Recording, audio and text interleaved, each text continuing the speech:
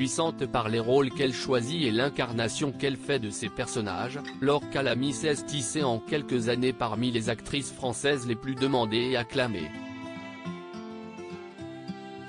Elle revient au cinéma dans le long métrage Annie Colère de Blandine Lenoir, traitant du droit à l'avortement.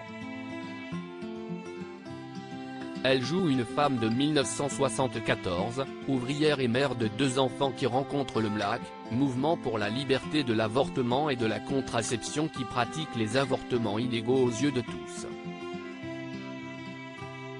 Dans ce groupe unique, elle va trouver dans la bataille pour l'adoption de la loi sur l'avortement un nouveau sens à sa vie.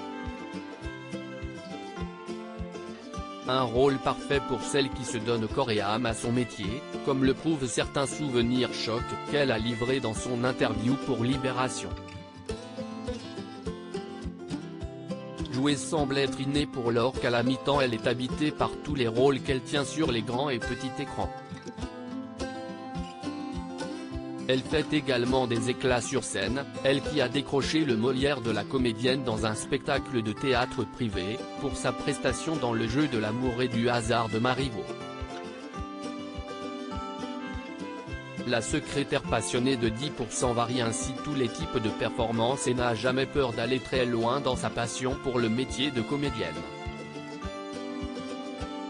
Je me suis chopé des champignons humains ainsi qu'elle a collaboré à plusieurs reprises dans les pièces de Vincent Macaigne et ses anecdotes du spectacle Moins j'aurais laissé un beau cadavre dans lequel elle jouait la mère de Hamlet sont parlantes. Se mettre en danger en tant que comédienne, Laure Calamy aime ça comme elle l'explique dans Libération, jusqu'à un certain point, j'aime me malmener dans le travail. Sur les plateaux de Vincent, c'était dangereux, on pouvait vraiment se blesser. Avec mon partenaire, on devait baiser à poil dans une flotte qu'on ne pouvait pas changer et qui croupissait au soleil. Il mettait des pastilles de Javel pour la désinfecter, je me suis chopé des champignons humains. Une mycose, quoi. Manifestement, ces expériences borderline dans les pièces de Vincent Macaigne sont légion, comme dans Requiem 3, comme il n'y avait pas assez d'argent pour acheter du faux sang, ils avaient préparé une sorte de potion artisanale mais qui avait pourri. Mon partenaire devait s'en asperger. L'odeur était devenue si ignoble qu'il s'est vomi dessus en pleine représentation.